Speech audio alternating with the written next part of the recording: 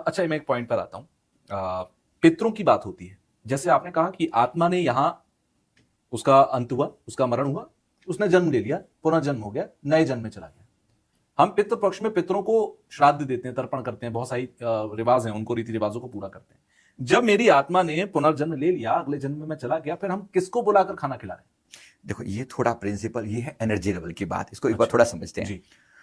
हमारी आत्मा जो है वो मल्टी डायमेंशनल है। ये मैं अच्छे से एक बार फिर समझा देता हूँ। मैं समझना चाहूंगा। डायमेंशन मल्टीपल है, आपका एक आयाम नहीं है, आपके बहुत सारे आयाम है। मेरे और आपके बहुत सारे आयाम, डायमेंशन है। फोटोकॉपीज नहीं, आयाम, dimension, not exactly photocopy, but मेरी एनर्जी कई टाइप की हो सकती है। देखो, मैं एक व्यक्ति का मैं पिता हो सकता हूँ, किसी का मैं एक किसी का बेटा भी हो सकता हूँ, किसी का पति भी हो सकता हूँ, किसी का भाई भी हो सकता हूँ, बिल्कुल, है ना। मेरे मल्टीपल रोल हैं।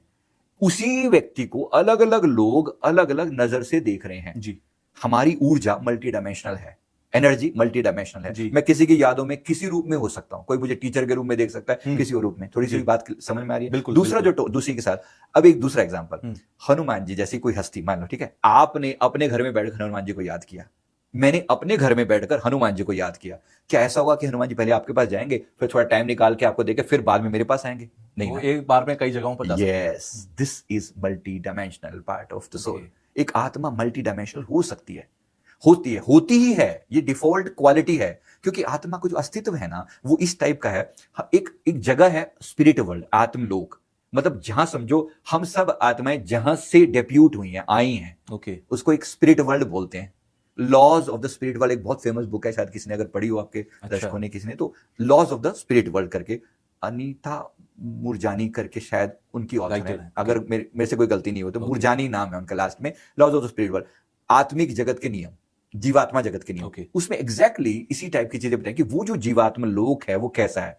इसी को, ये जीवात्मा जो लोक है ना, यहां से हम डेप्यूट होते हैं।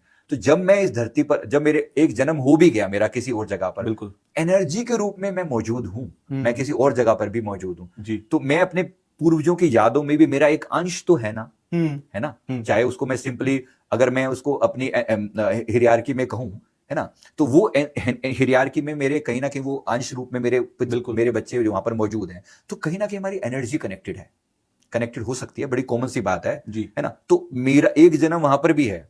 एट द सेम टाइम, अगर मैं उनके निमित्त श्राद्ध कर रहा हूं, श्राद्ध का मतलब क्या है? श्राद्ध का सीधा सीधा श्राद्ध बड़ा है श्रद्धा शब्द से। श्रद्धा मतलब मैं उनके प्रति श्रद्धावान हूं। जैसे हम मदर डे से मनाते हैं, फादर्स डे मनाते हैं, तो एक टाइप से मतलब समझो कि जैसे एक डे मनाने का एक वे है भाई सबके डे का मतलब क्या? धन्यवाद देना, ग्रैटिट्यूड फील करना उनके प्रति।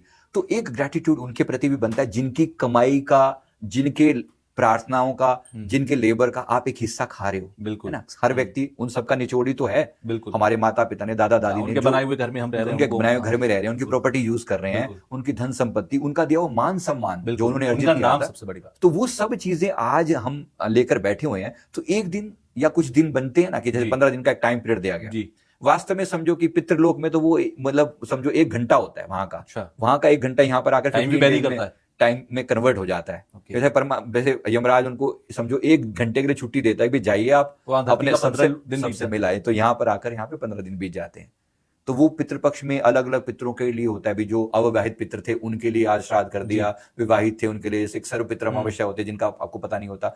तो यानी ओवरऑल आप उनके प्रति श्रद्धावान होकर उनका धन्यवाद कर रहे हो। अब श्राद्ध होता किस चीज से है जी, इसके लिए 2-4 जनरल बातें बता रहा हूं जी। मतलब आप एनर्जी ट्रांसफर कर रहे हो simply. Gratitude is the first thing that you are transferring. Second thing that you are transferring is some जाप। जैसे मान लो मैंने कुछ पुण्य किया, क्योंकि उनका लिया हुआ आप यूज कर रहे हो, तो बदले में आप थोड़ा सा कुछ दे रहे हो। एक तो ग्रैटिट्यूड दे रहे हो, फिर मान लो मैंने कहा कि मैंने आज महामृत्युंजय की एक माला करी और मैं अपने पितरों को समर्पित करता हूं। This is possible. ये सबसे इजीएस्ट किया हुआ तर्पण है, समझो सबसे इजी है। जो भी आप जाप करते हैं उसका एक अंश भाव रूप में कहिए कि हे प्रभु, इसका एक अंश मेरे पितरों को समर्पित हो। मैं गारंटी देता हूं पितर आपके खुश हो जाएंगे। मतलब इसका तरीका बता रहा हूं आपको, क्योंकि मैंने उनकी एनर्जी से कनेक्ट करके देखा है। मैं एक सोल हीलर हूं, एनर्जी हीलर हूं। जब मैं कनेक्ट करता हूं तो वो सारी एनर्जी पता लगती है कि एक्चुअली एनर्जी जहां आ रही है। उनको खुश होते हुए मेरी एनर्जी रीड करने में सारी बातें दिखती हैं कि हाँ, ये बंदा, ये एनर्जी किस तरीके से प्रोपेगेट हो रही है, और उसके जीवन के जो अगर ब्लॉकेज थी ना, जब उनकी ब्लेसिंग मिलती है तो वो ब्लॉकेज भी दूर होनी शुरू हो जाती है। तो दिस इज वेरी सिंपल। कोई मैं बड़ी बड़ी रिचुअल्स की बात नहीं कर रहा हूं कि आप पंडितों को बुलाओ, ये सबसे बड़ी बात है gratitude. Gratitude is the first thing. तो श्राद्ध बनाए श्रद्धा से, और ग्रेटिट्यूड पे करने का सिंपल से सिंपल तरीका है कि आप थोड़ा जाप कर दें, एक बार प्यार से हृदय पूर्वक धन्यवाद दे दें कि उन्होंने जो जो उपकार किए उन सबका शुक्रिया। Plus at the same time अगर आप कुछ कर सकते हैं, उनकी किसी फेवरेट चीज को बंटवा दें। अच्छा, मतलब मेरे पिताजी को मान लो खीर पसंद थी या दादाजी को खीर पसंद थी, तो आज मेरा दिल कर रहा है कि चलो पिताजी की एक फेवरेट चीज मैं लोगों में बंटवा देता हूँ। That's it. इतने में पितर खुश हो जाते हैं, एनर्जी ट्रांसफर हो रही है, ग्रेटिट्यूड ट्रांसफर हो रहा है, विच इज परफेक्टली फाइन। हमारे यहाँ पर अर्थ डे है, मदर डे है, ये फादर्स डे है ना, सिस्टर्स के लिए भी एक, तो सबके लिए तो एक उनके लिए भी समय रख दिया गया। आई थिंक बिल्कुल लॉजिकल सी बात है ये। अच्छा, मैंने सुना है कि पितरों की शक्ति बहुत बड़ी बात होती है। किसी के अगर पितर खुश हैं या आपके रक्षक बनकर हैं तो वो मतलब आपको मुसीबत में भी बचाने के लिए आ जाते हैं, ऐसा कहा जाता है। ये चीज जो आपने कहा कि ये एनर्जी के डायमेंशंस हैं, यही काम करते हैं, यही लॉजिक काम करता है यहाँ पर भी। यस, ये भी है। मतलब देखो एनर्जी जो है ना, समझो कि पितर दो टाइप के होते हैं, थोड़ा यहाँ क्लियर कर दूं। ठीक है। जब कोई किसी व्यक्ति की मृत्यु होती है, अब वो उसकी सोल या तो वो आगे के डायमेंशन में यानी कि यमलोक और फिर आगे की यात्रा पर चलती हुई गई और फिर पितृलोक में जाके उसका अगला जन्म हो गया जी। कुछ आत्माएं ऐसी भी होती हैं जो अटक जाती हैं, यहां पर ही अटक जाती हैं, यहां से मूव ऑन नहीं कर पाती, अर्थ के डायमेंशन में ही अटक जाते हैं। इनको हम PRET बोलते हैं। मैं वर्ड नहीं बोल रहा हूँ, माफी चाहूंगा। PRET जो होते हैं ये यहाँ होते हैं, हमारे आसपास में सोल्स होती हैं, ठीक है ना। अब इनके साथ दो, जब हम श्राद्ध करते हैं तो इन दो को टेक केयर करना होता है। जो नहीं गए, हो सकता है अटके हों, हो सकता है 10 साल पहले जिनकी डेथ होगी और लेकिन वो अटक गए हों, एक ये भी पॉसिबिलिटी है। तो इनको रिलीज करवाना एक ही हमारी ड्यूटी है। इसके लिए गया में जाना, वो तर्पण करना, वो जो होता है ना, ये इनके लिए होता है जो अटके हुए ये आते हैं। तो फिर आपको सपनों में या अन्य चीजों में आपके जीवन में आपको इंडिकेट करते हैं कि हमारे लिए भी कुछ करो। क्योंकि हमें तो लगा कि भाई उनकी मृत्यु हो गई और हमने उनके प्रति सारे क्रियाक्रम कंप्लीट कर दिया तो बात खत्म होगी। खत्म नहीं हुई, क्योंकि कुछ लोगों की कुछ की वृत्ति जो है ना अटक जाती है किसी भी कारण से, जिन्हें भटकती हुई आत्मा कहते हैं। यस, आप उनको भटकती हुई आत्मा कहते हो। ये वाली मैं किसी एग्जाम्पल से बताता हूँ। हाँ, एक एग्जाम्पल। दिल्ली के किसी घर में मुझे बुलाया, किसी घर में हम ऐसे गए। उन्होंने कहा कि मेरी ना ये घर में फोटो लगी हुई थी माता जी की, तो हार टंगा हुआ था, तो मैंने कहा कि माता जी जो है ना, हाँ, उन्होंने कहा कि 3-4 साल हो गए लगभग माता जी चले गए हैं, और लेकिन ना पता नहीं क्यों थोड़ा अनईजी सा लगता है हमें इस घर के अंदर जहाँ पे हम रहते हैं, बड़ा अनईजी सा लगता है।